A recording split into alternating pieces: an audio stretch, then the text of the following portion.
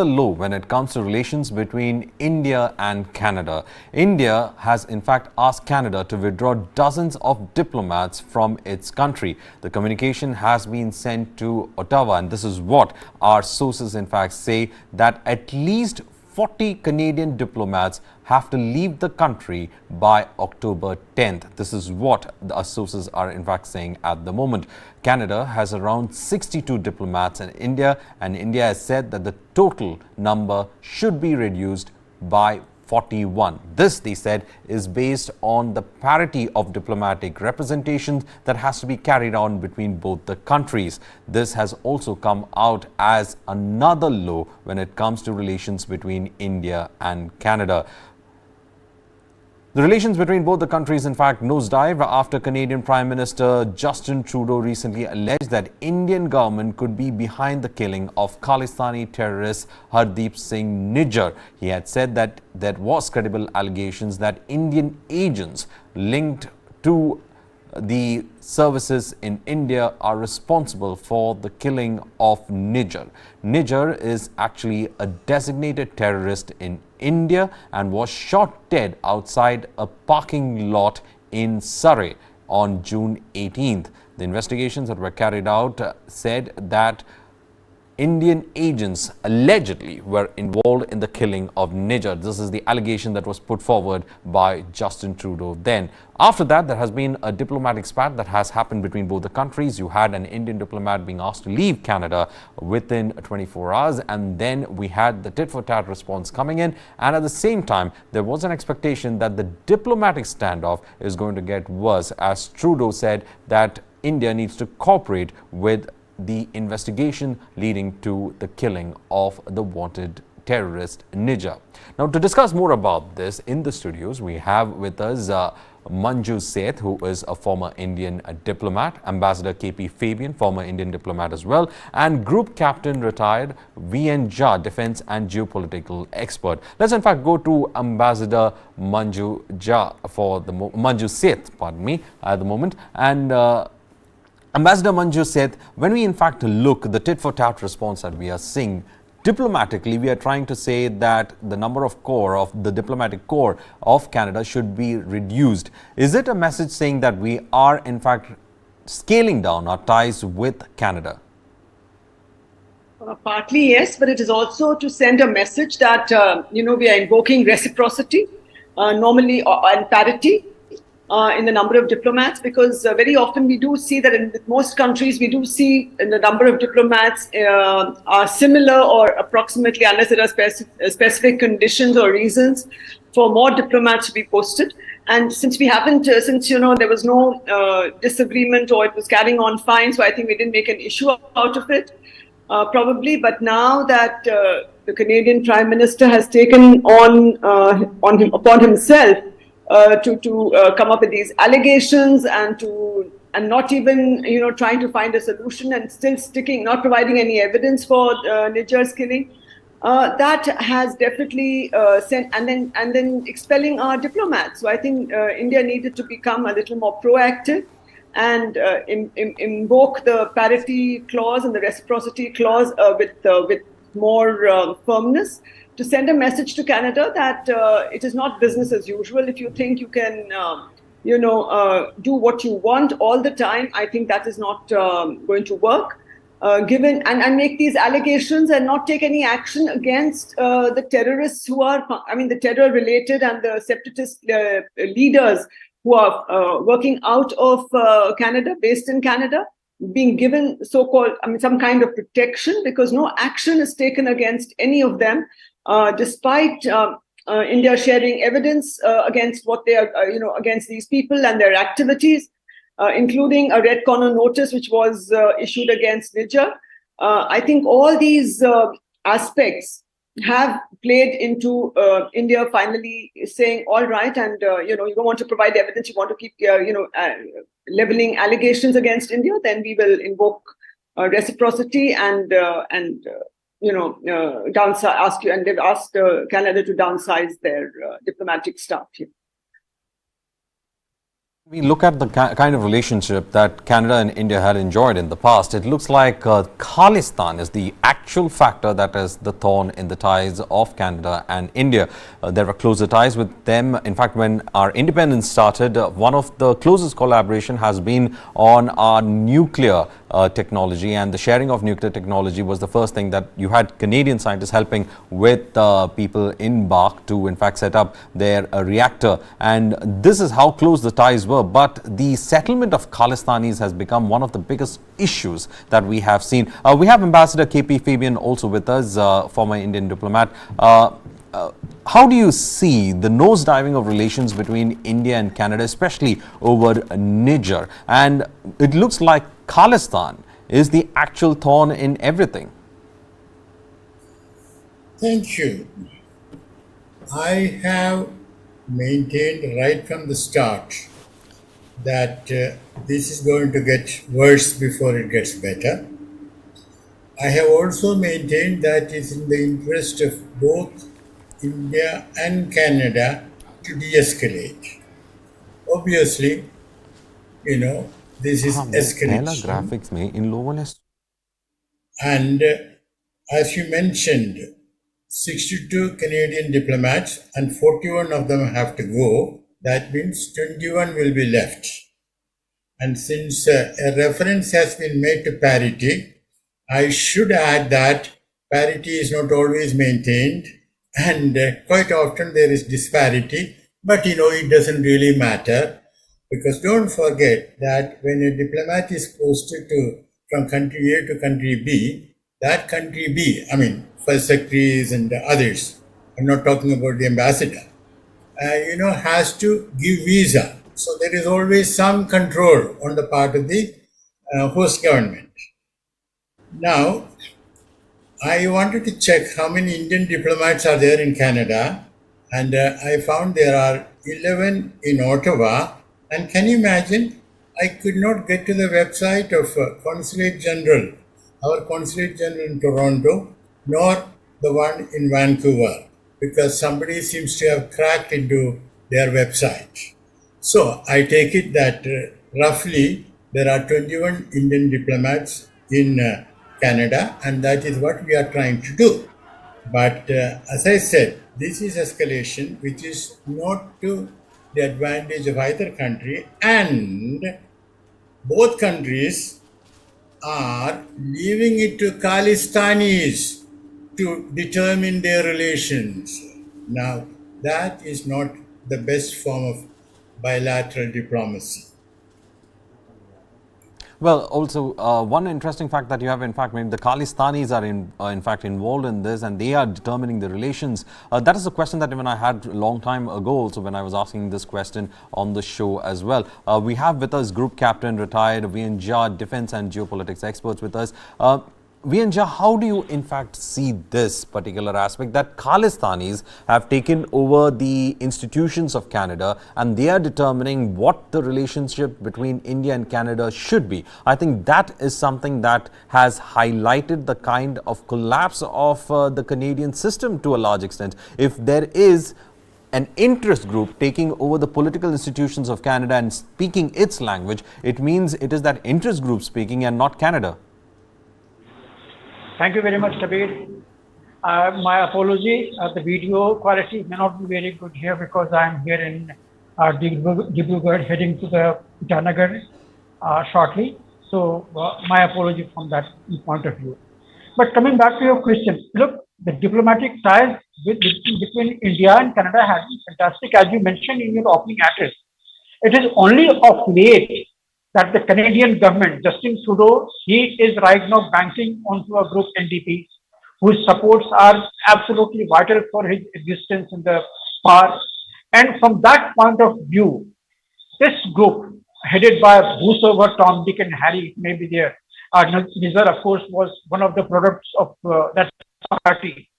So whatever is happening in Canada, it is undesirable. And Justin Trudeau, the statement that he made at from the floor of his parliament, that the Indian government is involved into this, there's a hand of this. This was unacceptable. This is absolutely condemnable at all platforms. Just on the basis of some allegation, you can't name the another country, another friendly country of yours, which has been helping Canada in many ways. Whether it is the defense side, whether it is the economic side, whether it is import export, India has been a credible partner of Canada. And just on the basis of that allegation, and that NDP is pressurizing you to name India its hand, you just can't name that.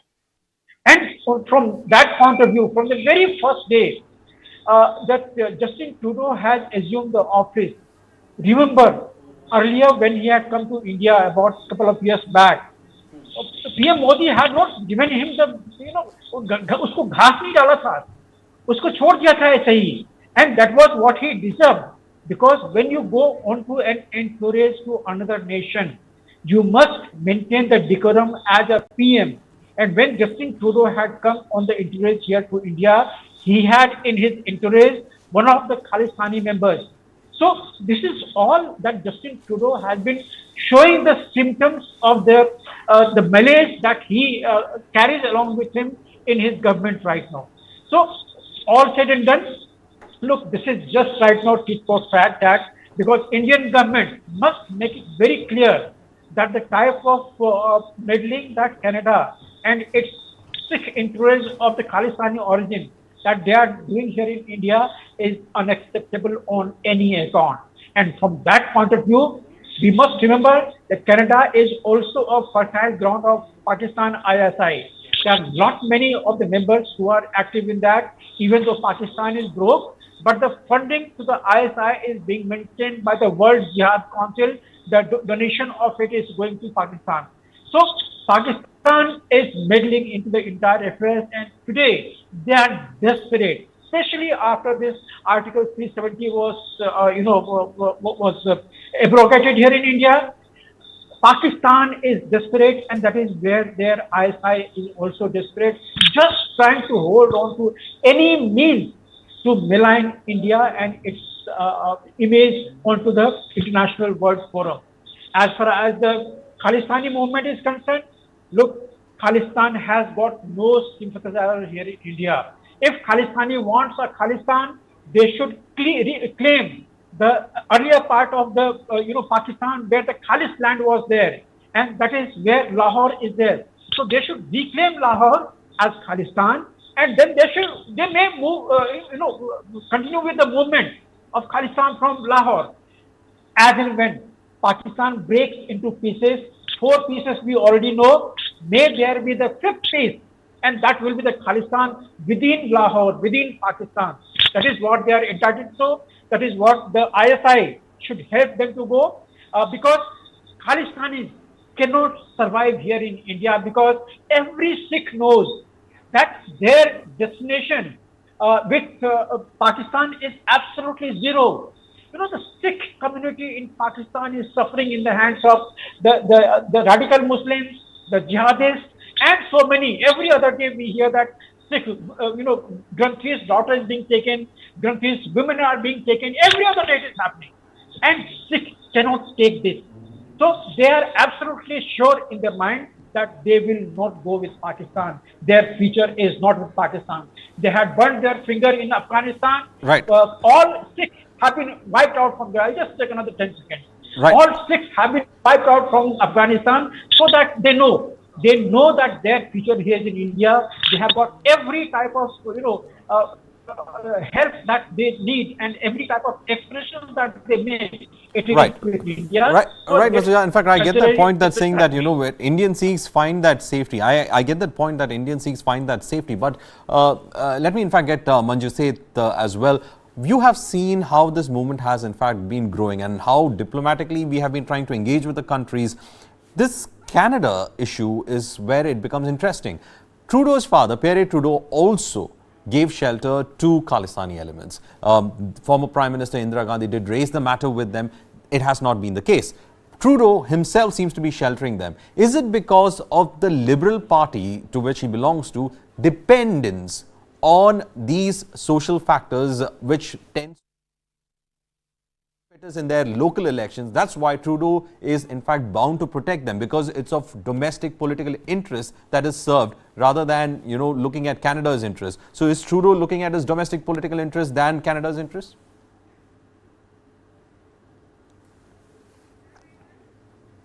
Has a lot of pro-Khalistani elements, is supporting the Trudeau government, and if they withdraw support, the party will, the government will fall. And I think that is one of the reasons why Prime Minister Trudeau has taken these steps.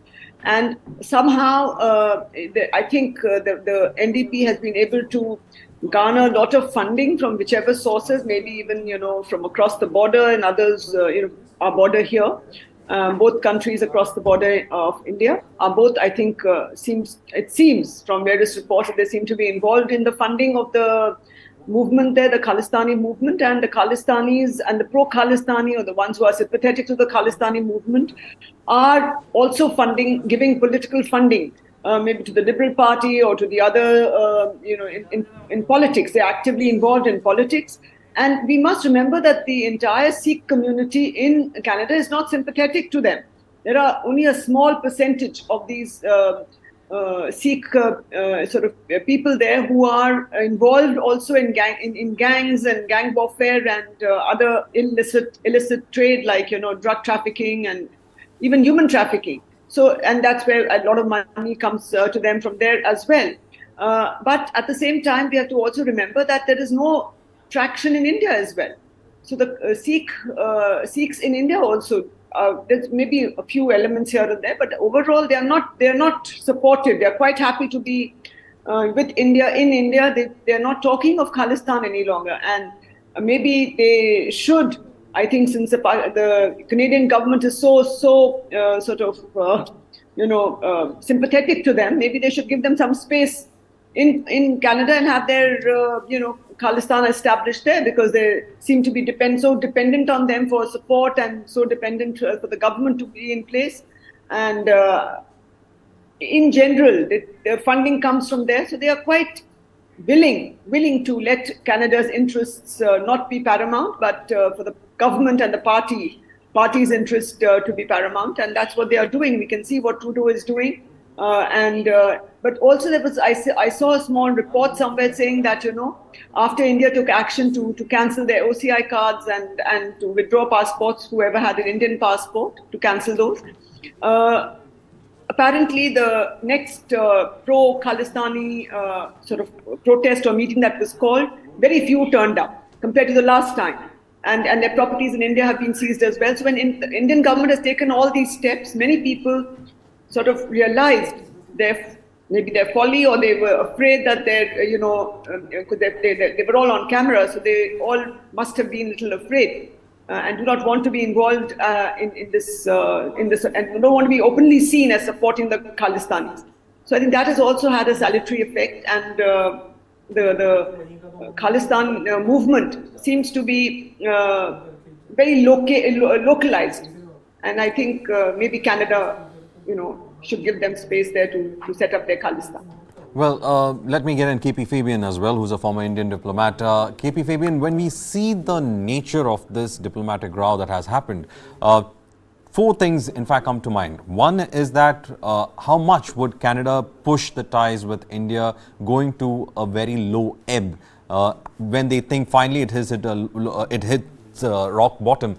Secondly, are we to be worried that there could be a possibility of a Khalistani sympathizer becoming the Prime Minister of Canada and dictating the terms of that country's foreign policy? Thirdly, how much of our intelligence apparatus has failed to actually gauge the growth of Khalistani elements abroad, especially in UK and Canada? And fourthly, one thing that's come to light is when we see the kind of situation that we see over here, we've all spoken about ISI being involved in it, but diplomatically also, it seems that the Pakistani state is giving them the diplomatic cover that Khalistan requires to represent themselves in certain places as well. So with all these factors coming into place, how much of a concerted strategy should we be involved in when handling this issue, not only with Canada, but also with regards to the Khalistani extremists? Yeah, just give me 1 second. Let me connect this thing. Give me only 10 seconds.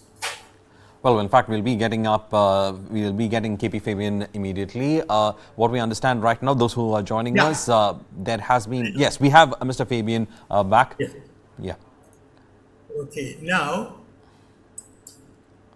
it's like this. I was in Canada. I went there in 1982.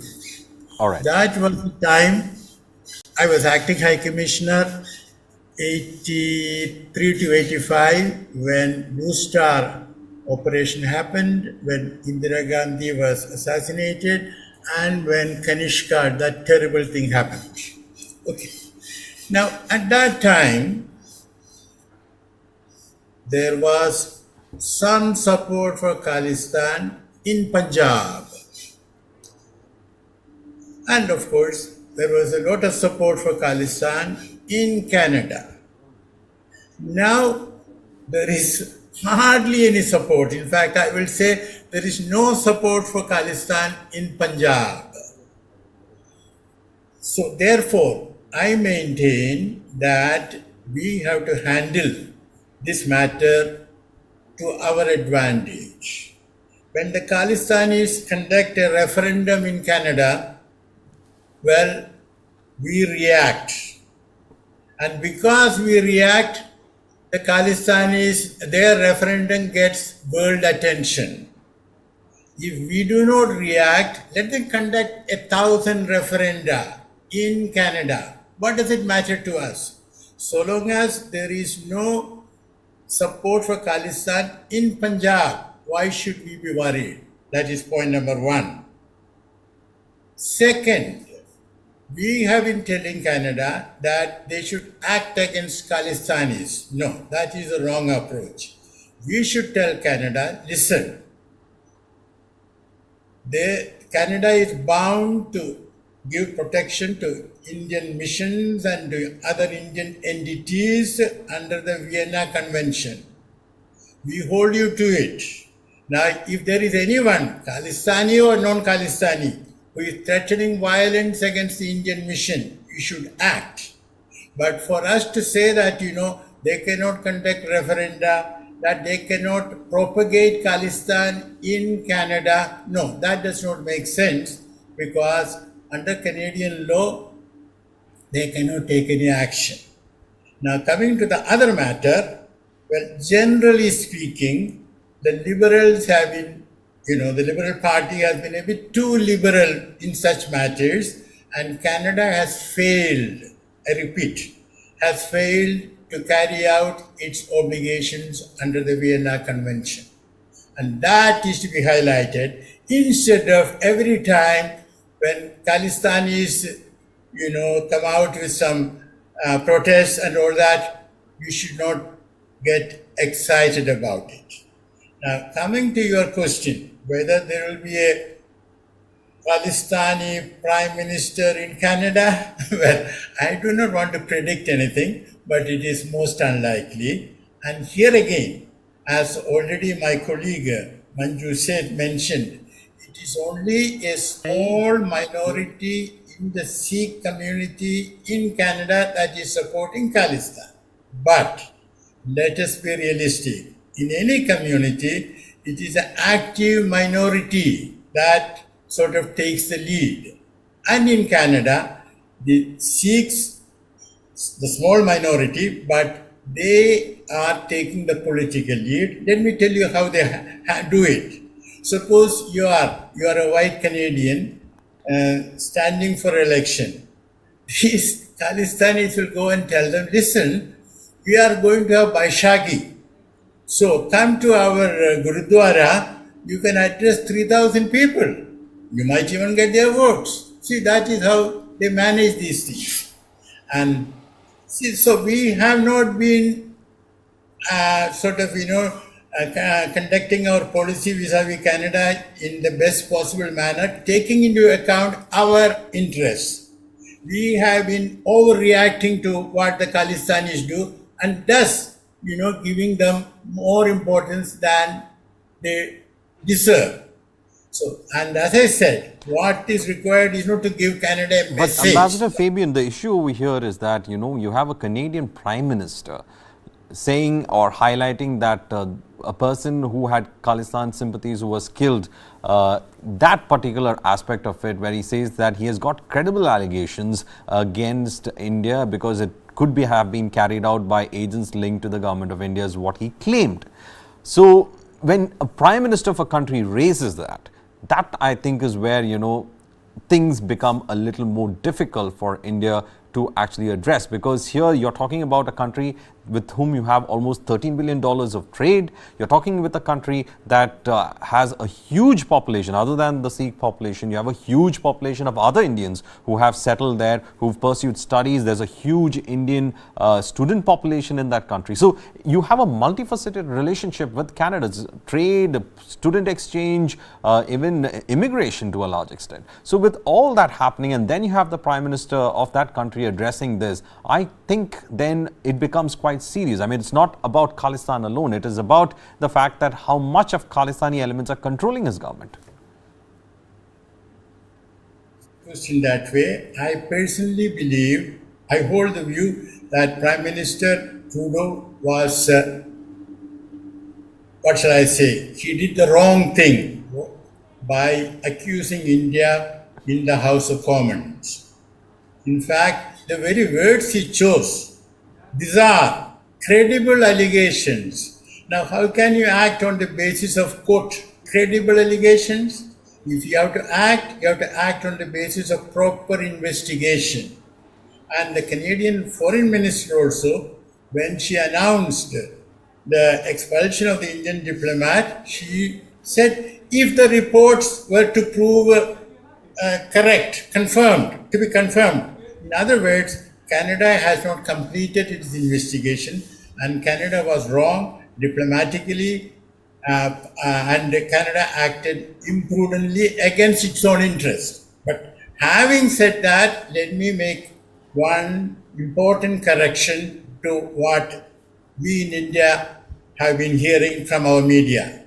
That is, Jody Thomas, National Security Advisor of Canada, had come to India in July, in August, and in September, and she had talked to our intelligence officials. And now, please listen to this very carefully. I'm not saying that what the Canadian Broadcasting Corporation says should be taken like the Bible. They may be saying what is right or true, or they may not be. But they did carry a report the other day saying that, quoting Canadian intelligence officials, who said that Indian intelligence officials in their private talks agreed that India had carried out a killing. You see? So that is where it is. And now one more important point. I do not know who has carried out the killing, and my view is that India would not have been involved in it. But there is a big problem. When I was there, our RNAW people were naturally getting in touch with the Sikh extremists, and it was their job. But I had then told them, listen, I understand that you have to meet with these people over a cup of tea or beer or in their place and all that. But please remember that RCMP also is keeping a watch on them, and therefore it follows RCMP also is keeping a watch on what you do. Now, in the present case, please listen to me very carefully. As I said, I do not think India has done it, but it will not be difficult for RCMP to assemble evidence, electronic and human, which point in the direction of Indian diplomats, because they have lots of cameras here and there, and they can always intercept telephonic conversations with or without America's help. Point number 2. We do not know whether the men who actually fired the shots have been detained or not. Of course, it has not been announced that they have been detained, but the RCMP style of functioning is not to announce it immediately. RCMP can come out with it at a time and under circumstances of their choice.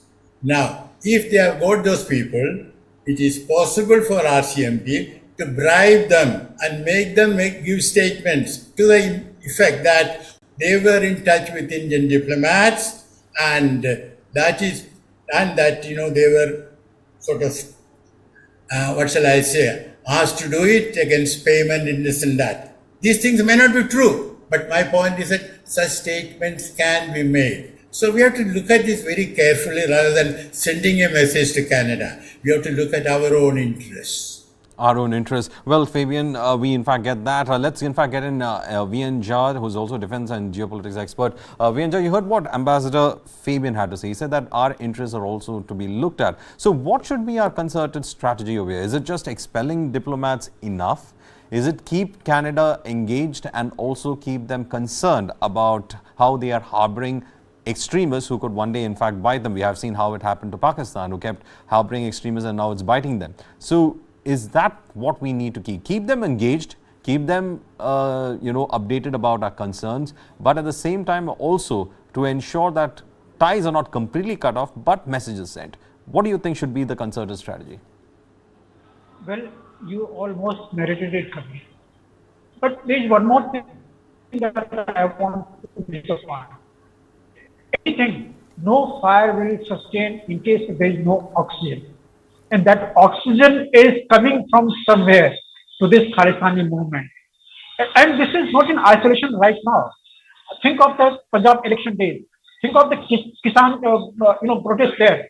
And there were the Khalistani elements were there, and we had credible information that these Khalistanis, whether it was from Canada or Britain or United States or Australian origin, from somewhere or other, there was some bit of assistance being provided. And thereafter, we have many reports in which a person from Punjab have gone to USA onto some letter, onto some fabricated document originated by one or other MLA of Punjab. So do remember, do have in your mind that the present government in Punjab may not be totally isolated from the misinformation, disinformation, or some sort of activity which is not congenial to Pakistan, to India's safety and security. So keep that in the mind. And secondly, when all these things are happening, time and again, in many countries, it is not only Canada, it is, we have seen it happening in front of the embassy in UK. We have seen it happening in USA. PM Modi himself has raised this point with PM of Australia that there were elements of this type. So there have been smoke, some oxygen from either maybe Indian soil or maybe somewhere else. But please do remember, you cannot negate the angle of Khalistani joining with the jihadist element in Pakistan, whether it is ISI or someone else. All these are working in tandem. So whatever is happening on the Khalistani issue right now, it has got many tentacles. It will be improper to just think on one small narrative. It is a wide angle. Now, as far as Justin Trudeau is concerned, look, his entire political survival is based onto this small party, which is made of Khalistani elements. So he has no escape right now. He has got aboard onto a tiger. The moment he derived,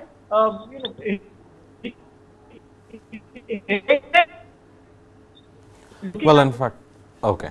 I think we will get the connection with Mr. Jha again. It's just, in fact, cut off. But there have been reactions to this. Before we, in fact, tell you, go into the discussion, let us, in fact, play the bite from the MEA, which said that it was looking for, parity when it came to diplomats being represented in both the countries. Let's, in fact, listen to that bite from the MEA first and then the reactions that followed.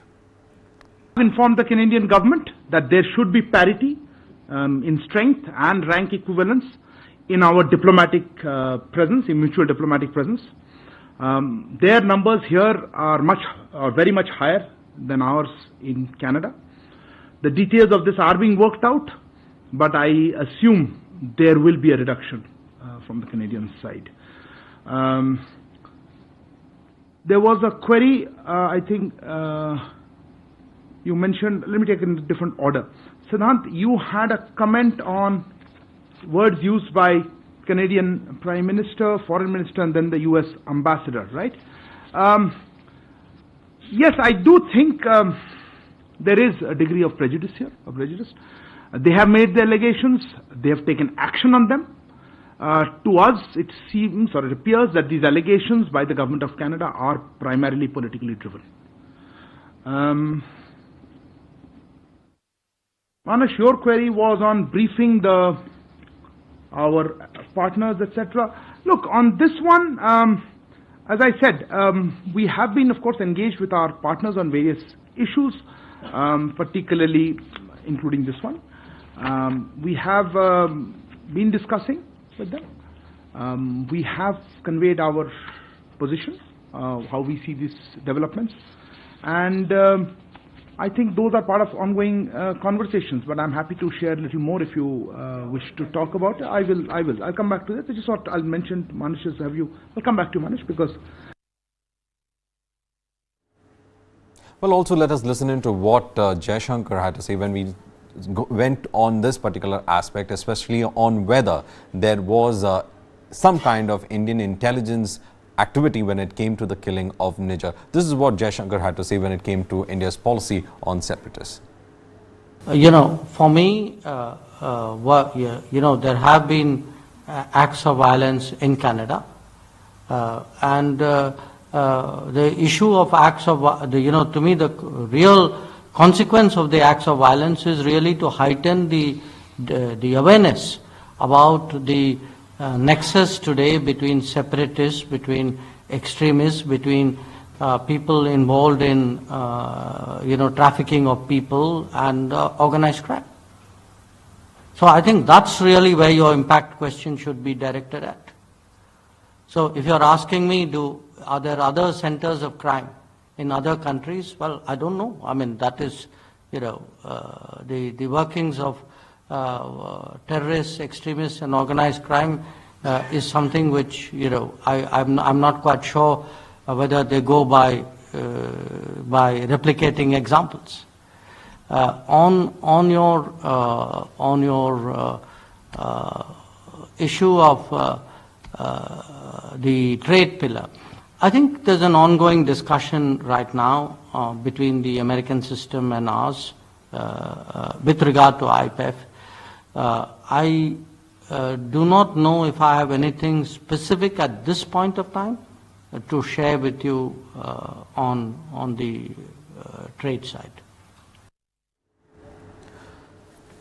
Well, interestingly enough, we have seen how Jaishankar has responded to this, and he has also spoken about a nexus between organized crime, the separatists, and how it is in fact funneling them with money. So that aspect of it has always been there. Ambassador Manju Seth, one quite concerning factor for India has been how the crime, organized crime, has been connected with the Khalistani movement and having its tentacles in the state of Punjab, and how the money flow has been, and how the separatist ideology is involved in funding through organized crime, and how that has also been one of the conduits through which weapons are also being circulated, and at the same time getting help from Pakistan as well. So the Punjabi mafia, as they've been called, has been also having deep roots in Canada. But those are aspects that are not being addressed at all. I mean, this has been raised many times by our diplomatic community in Canada about how they have been using Canada's liberal kind of a political system to actually keep their organized crime in place. So these are questions that I think the Canadian state should be asking itself, like, what are these people involved in organized crime with a separatist cause in another country doing in their country? But this basic question never seems to be asked at all in these establishments. What stops them from asking these questions? I think what stops them, I'm not very sure, but I think one element that does stop them is because they are recipients of some of this funding. for their political aspirations and political campaigns. So they need money. So I think that is one aspect, also one element which goes into this. And as you mentioned, the nexus is very, very strong, and the drug trafficking, and even Niger himself, went as part of a human trafficking chain, I'm sure, because he went on false papers and somebody was able to get him and he stayed there for so long illegally and asking for asylum, etc. So all this is part of these organized crime syndicates who take people from here, and drugs, we can see how they are being used to raise funds.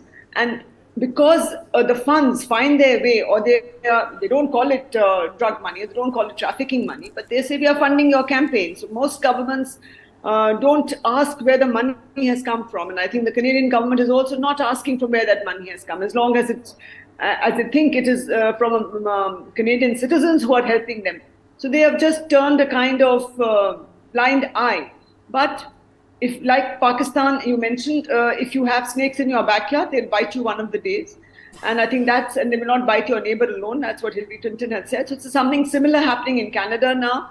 They're allowing these elements to flourish. They're allowing these syndicates to work and the mafia to work, and the connections between the Indian, as you mentioned, the Indian Punjab mafia and the Canadian mafia, or even in Australia and the other elements wherever these Khalistani elements are active.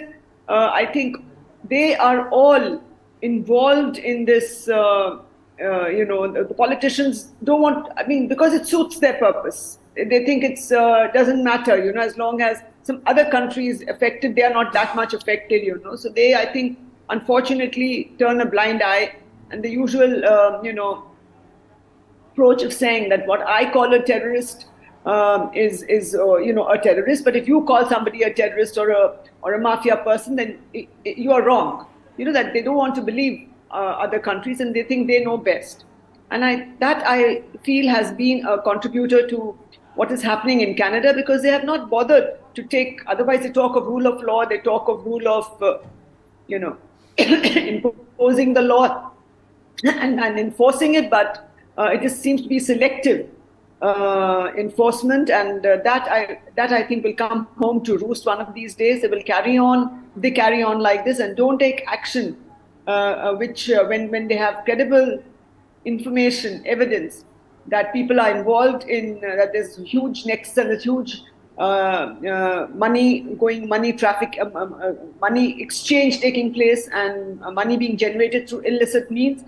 Canada needs to take action, as do other governments in all the other countries where they're citizens. They are citizens of that country, but they seem to be having, a kind of approach and sympathy for this Khalistan movement. And though, as I mentioned earlier, in Pakistan, in Punjab, there's hardly any traction. It seems to be Pakistan's influence or pushing them forward and trying to keep the movement alive. And it seems to be working, because in all these countries, the UK, in the US, even in Australia, in Canada, they seem to be very active, and they seem to be getting funding from somewhere, and they're able to raise funds. And this nexus of crime, criminal gangs, drug trafficking, illegal human trafficking, all of that needs to be, cut. And the funding has to be cut for all these activities. And I think FATF is one of the organizations which is to ensure that there would be no funding for terror activities or illicit activities. They need to be more, to be given, I think, to exercise more control and prevent this happening in different countries. Right. In fact, let's listen into what Matthew Miller had to say. The US, as a country, has been, in fact, asking for India to cooperate with the investigations. Let's listen into the same thing has been reiterated every time he was asked that question. Let's listen to what Matthew Miller had to say, and then I'll come for the final comments from our guests. So the Secretary actually spoke to this at a press conference on Friday when he was asked about it. As he made clear then, I'll reiterate now, we remain in close coordination with our Canadian colleagues on this question. We have engaged with the Indian government on a number of occasions to urge them to cooperate with Canada's investigation, and the Secretary had an opportunity to do that in his meeting with the Foreign Minister on Friday. I will let the Indian government speak for themselves, and I will speak for the United States government, and we urge that cooperation. So urge their cooperation. I mean, for me, the United States' role in the entire, this entire issue has been quite interesting. Ambassador Fabian, what do you think? Did the US actually sell us out? Because that is the right word I would like to use. Because from the Five Eyes intelligence system, and then you require us in the Quad, you require us in the G20, you require us where not to contain China. But then suddenly you found that your neighbor requires you, and then you just decide to just help him in certain thing and ask us to cooperate. So did they just sell us out? I wouldn't put it that way. Let us understand. Let's look at the chronology. 18th September, Prime Minister Trudeau makes that statement in the House of Commons, which, as I said, it was wrong on his part. But on the 19th, the United States comes out with a statement which was anodyne. Okay, and then the United States came under criticism from its own media. So on the 19th, the United States comes out with an amended statement where it says that the United States is asking India to cooperate. And that that bit about the United States asking India to cooperate has been repeated a couple of times. And as you heard from Miller, when he said he doesn't want to speak on behalf of India, which means that India has so far not agreed to, quote, cooperate, unquote, as United States wanted. But, and you correctly said, that United States needs India for various strategic reasons. But I would only say that, this is an unfolding drama. If Canada comes out with evidence, as I mentioned earlier, whether India had anything to do with it or not, but Canada is in a position or might be in a position to come out with evidence which sort of, appears reasonable for concluding that there was Indian involvement for reasons I explained. In that case, the United States will find itself in a difficult position. Right. But as I said, let me repeat that what is required is de-escalation, and the best way forward is for both India and Canada to stop talking at each other through the media, and also to appoint special representatives without telling the media. These representatives should meet at a neutral venue and come out with a formula at referendum to their respective governments to resolve this matter. That is what is required.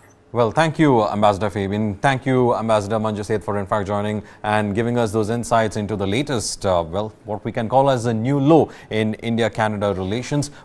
Maybe it will go much worse from here, but things would go downhill before it can improve, and that seems to how the unfolding diplomatic spat between India and Canada is looking like. So with that, it's an end on this special on Canada. Stay tuned to News 9 for more news programs on the other side.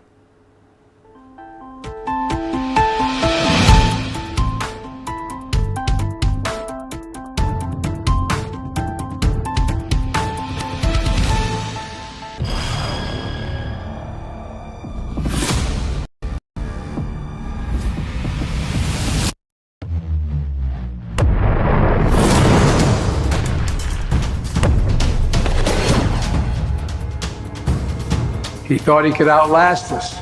And 1 year later, the evidence is right here in this room. Who will blink first? So far from preventing the expansion of NATO, Russian actions have actually resulted